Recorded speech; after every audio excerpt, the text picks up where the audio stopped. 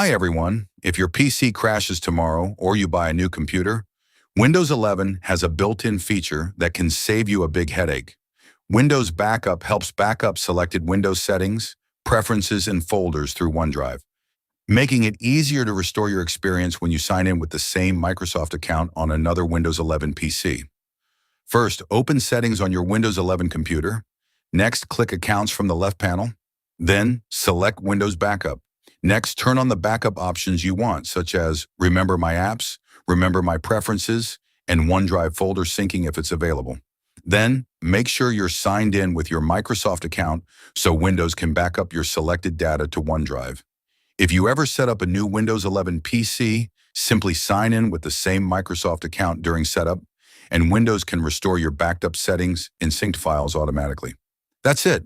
A simple Windows 11 feature that can help protect your important files and save you time when moving to a new PC or recovering from a problem.